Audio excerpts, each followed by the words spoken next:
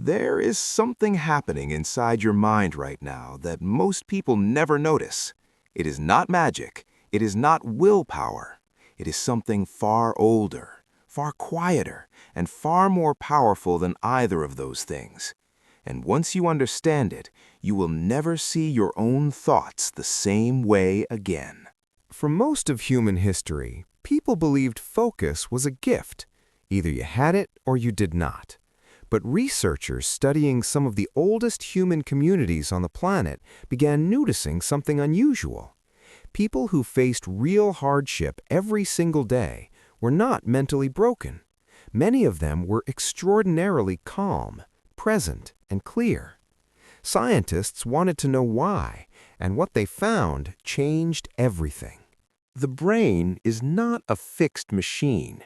It is a living landscape that physically reshapes itself based on where you direct your attention. This is called neuroplasticity, and it means focus is not a personality trait. It is a skill, something any human being can rebuild, no matter how scattered they feel today. When your mind is constantly overwhelmed, your body enters a biological state originally designed for survival. Your breathing shortens. The part of your brain responsible for clear thinking essentially goes quiet.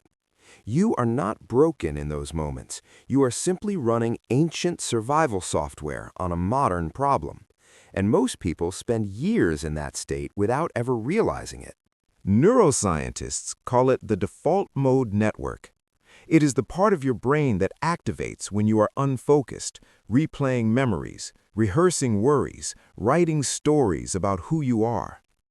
Ancient traditions across continents had already identified this long before brain imaging existed.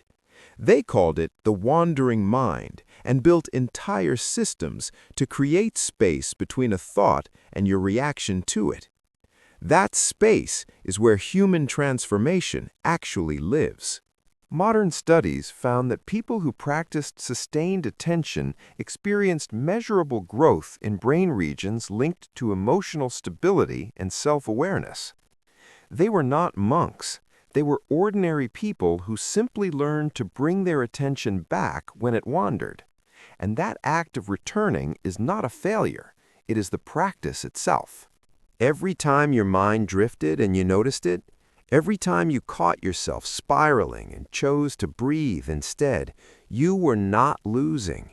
You were training. You were doing exactly what the research says builds a more focused, more resilient, more emotionally grounded mind. You have been doing it all along without any credit for it. The healing people search for in dramatic breakthroughs turns out to be quieter than expected. It happens in accumulated minutes.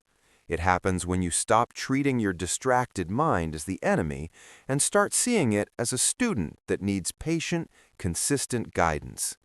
Your nervous system recognizes stillness the way dry ground recognizes rain.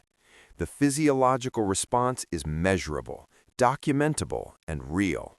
What changes when someone learns to focus is not just their productivity. Something deeper shifts. They begin to notice what they actually feel rather than what they think they should feel. The noise does not disappear, but it stops being the loudest thing in the room. The most focused minds in human history were not born with stillness. They kept choosing it. One breath, one return, one quiet moment at a time. The mind you are searching for has been here the whole time, waiting for you to come back to it.